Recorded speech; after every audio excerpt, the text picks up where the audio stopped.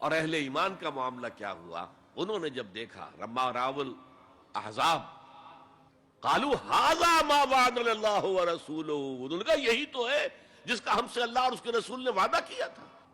یہ آیت تو سورہ بقرہ میں نازل ہو چکی تھی، وَلَنَبْلُوَنَّكُمْ بِشَيْءٍ مِّنَ الْخَوْفِ وَالْجُوعِ وَنَقْصٍ مِّنَ الْأَمْوَالِ وَالْأَنفُسِ وَالثَّمَرَاتِ وَبَشِّرِ الصَّابِرِينَ، ہم لازماً آزمائیں گے تمہیں، لازماً آزمائیں گے، خوف سے، بھوک سے، فقر و فاقے سے، جان اور مال اور ثمرات کے ضیاع سے اور زیاں سے۔ فصل تیار کھڑی ہے اور عین وقت آ گیا ہے جنگ کا، اور وقت پر فصل کھجور کی اتاری نہ گئی تو تباہ ہو جائے گی، لیکن نہیں، نکلنا ہے۔ یہی معاملہ تھا جو کہ تبوک کے موقع پر ہوا ہے۔ قحط کی کیفیت تھی اور اب فصل تیار تھی، اب ساری امیدیں اس فصل پر تھی، کھجور کی، لیکن ظاہر ہے کہ کھجور کی فصل اتارنا کوئی عام خواتین کا کام تو نہیں ہے، لیکن مردوں سے کہا جا رہا نکلو اللہ کی راہ میں، سب کے سب۔ پہلی مرتبہ نفیر عام تھی، ہر صاحب ایمان نکلے، تو ایک بہت بڑی آزمائش۔ تو جو راسخ الایمان تھے، صادق الایمان تھے، ان کا رد عمل سچویشن ایک ہی ہے۔ منافقین کہہ رہے ہیں ما وعدنا اللہ ورسولہ الا غرورا، ہمیں تو اللہ اور اس کے رسول نے سبز باغ دکھا کر مروا دیا، اور اہل ایمان کہہ رہے ھذا ما وعدنا اللہ ورسولہ وصدق اللہ ورسولہ وما زادہم الا ایمانا وتسلیما، اور ان میں نہیں کوئی شے بڑی مگر ایمان اور تسلیم کے۔ جبکہ وہ جو ایک کانسٹیٹیوشنل ایمان ہے وہ ایک جامد شے ہے، it's a legal status that you get as a Muslim, تو یہ اسٹیٹس نہ گھٹتا ہے نہ بڑھتا ہے۔ یہ نہیں ہو سکتا کہ ایک باپ کے اگر دو بیٹے ہیں اور ایک متقی ہے، زاہد ہے، عابد ہے، تہجد گزار ہے، دوسرا فاسق و فاجر ہے، تو وراثت میں اس تہجد گزار کو زیادہ حصہ ملے اور دوسرے کو جو ہے وہ کم ملے، نہیں، ایکول۔ المسلم کفو لکل مسلم، تمام مسلمان آپس میں جہاں تک ان کے لیگل اور پولیٹیکل حقوق کا تعلق ہے برابر۔ تو یہ فرق ہے ایمان اور اسلام میں۔ البتہ یہ میں آپ کو بتا چکا ہوں کہ یہ بھی ہو سکتا ہے کہ اسلام پہلے آئے، ایمان بعد میں آئے۔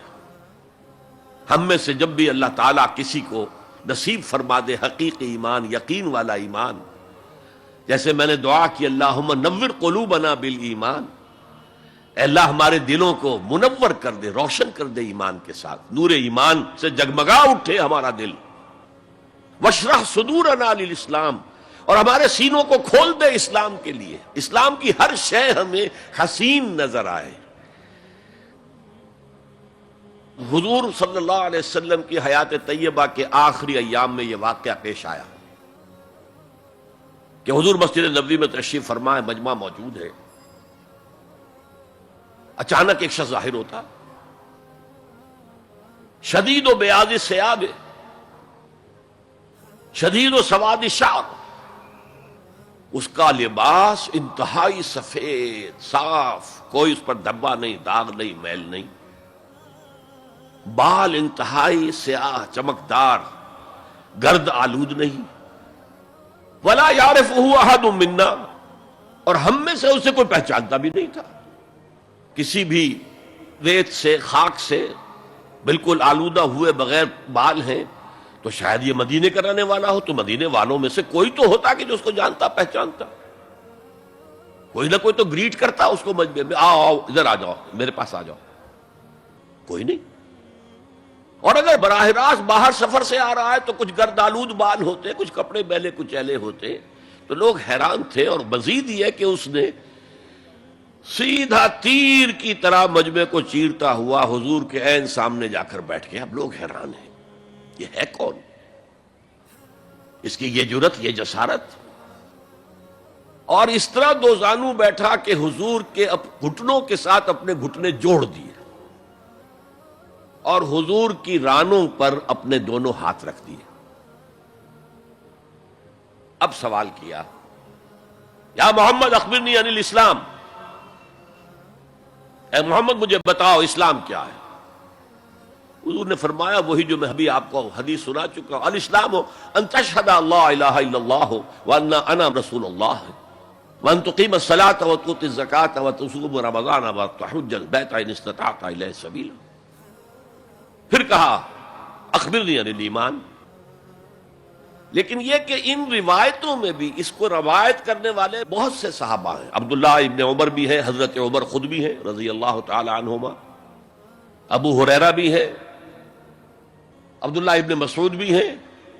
کیونکہ ایک مجمع میں واقعہ ہو رہا تھا نا، تو مجمع کے اندر تو بہت سے لوگ سن رہے ہیں.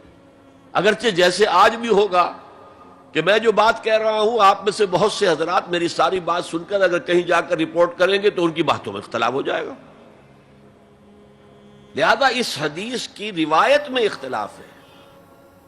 بعض روایتوں میں یہ ہے کہ پہلے پوچھا اخبرنی عن الایمان، پھر پوچھا اخبرنی عن الاسلام. اور یہ جو حضرت عمر کی روایت ہے اس میں ہے سب سے پہلے آپ نے پوچھا اخبرنی عن الاسلام، پھر دوسرا سوال آیا اخبرنی عن الایمان. اچھا اس کے بعد ایک دو سوال اور بھی کیے، اب میں تفصیل میں نہیں جا سکتا. پھر وہ شخص چلا گیا. حضور نے کہا ذرا اس کو بلانا واپس، تو دیکھا تو کہیں بھی نہیں، زمین کھا گئی، آسمان اچک کر لے گیا، اللہ جانے. تب حضور نے فرمایا اوہ یہ جبرائیل تھے جو تمہیں تمہارا دین سکھانے آئے تھے. یعلمکم دینکم اذ لم تسألوہ، جبکہ تم نے اس کے بارے میں سوال نہیں کیا. اور یہ پہلی بار ہے کہ میں جبرائیل کو پہچان نہیں سکا، انسانی شکل میں وہ آئے اور میں پہچان نہیں پایا. ورنہ اکثر حضرت دہیہ کلبی کی شکل میں آتے تھے انسانی صورت میں. جب بھی حضرت جبرائیل آتے تھے، حضرت دہیہ کلبی جو ہے وہ بہت ہی حسین جوان رانا، ان کی شکل میں آتے تھے.